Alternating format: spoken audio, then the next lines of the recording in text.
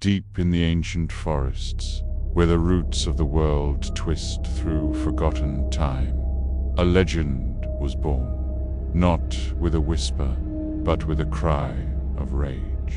It was 1852, the age of gold rushes and railroad dreams, when greedy hands first scarred the wilderness. Mother Nature, Gaia, the eternal weaver of life, watched as her sacred groves fell, their ancient oaks felled for profit, their rivers choked with ash.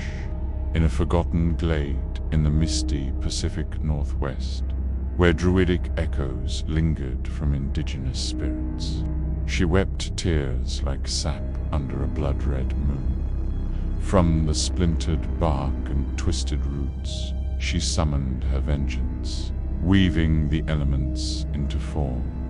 Earth gave its bark-like skin, water its dragging limbs, air its hollow, grinning face, and fire its glowing red eyes. Two root horns sprouted like thorns of defiance, and thick vines coiled from its torso, a promise etched in shadow.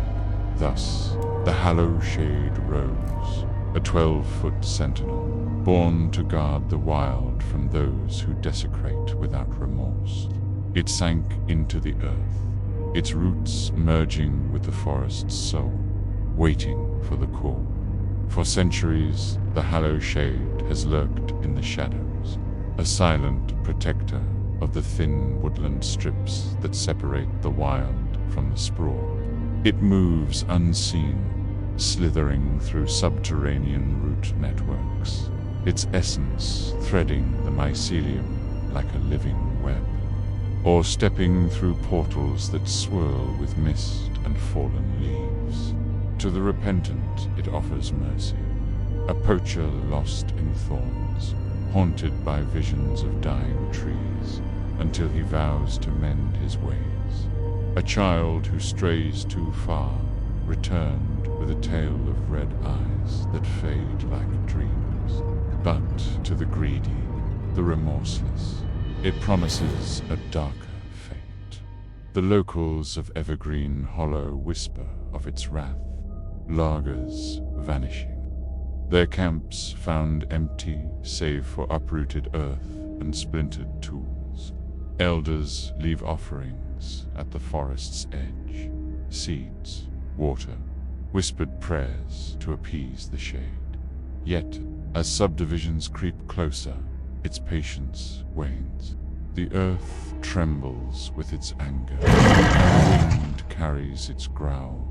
Enter Victor Hargrove, a billionaire developer whose empire of glass towers and gated communities has devoured the Northwest's green heart. A man of polished suits and colder ambition, he sees forests as mere obstacles to his fortune. Nature bends to us, he declares in boardrooms, dismissing environmental pleas with a sneer. His latest conquest, Hargrove Heights, a luxury subdivision that will carve through the last remnant of old-growth forest, the very glade where the Hallow Shade was born. He arrives at dawn, his gleaming SUV cutting through the fog, as bulldozers roar and chainsaws bite into ancient firs. The ground shudders, roots snap like bones, and sap spills like blood. His foreman, Jacob Reed, a weathered man with a flicker of unease, warns.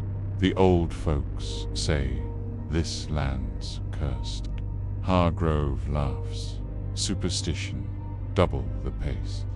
I want foundations poured by week's end. No offerings are left, no respect shown.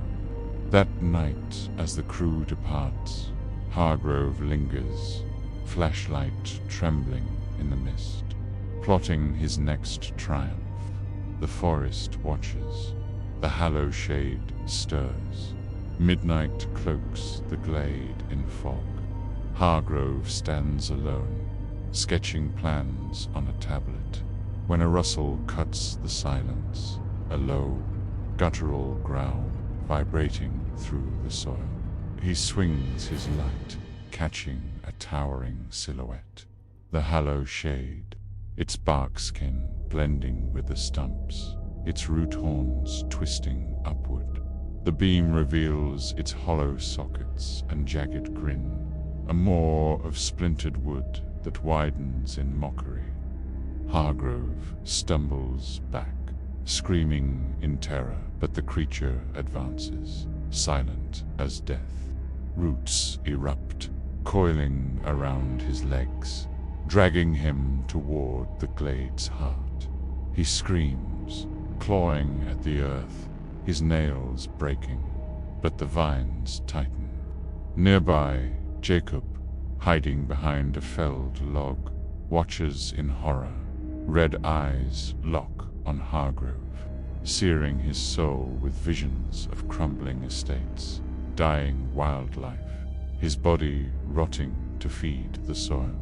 "Help," Hargrove gasps, but Jacob freezes, torn between loyalty and fear. The Shade's claws rake Hargrove's chest, vines burrowing deep, wrapping ribs and lungs. His screams turn to gurgles as roots fill him, suffocating him from within. Jacob flees, vowing never to return, the forest swallowing his cries. Dawn breaks over Evergreen Hollow, revealing the horror.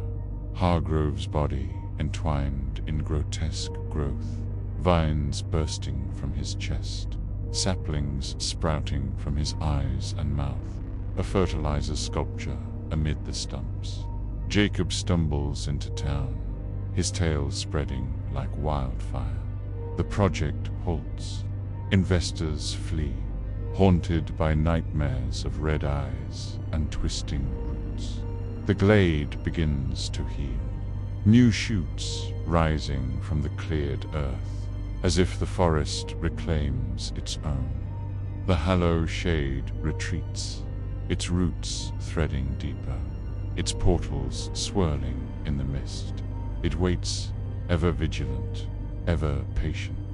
For those who respect the wild, a warning suffices. But for the greedy, the remorseless, there is no escape. Leave offerings at the forest's edge, seeds, water, a plea for peace.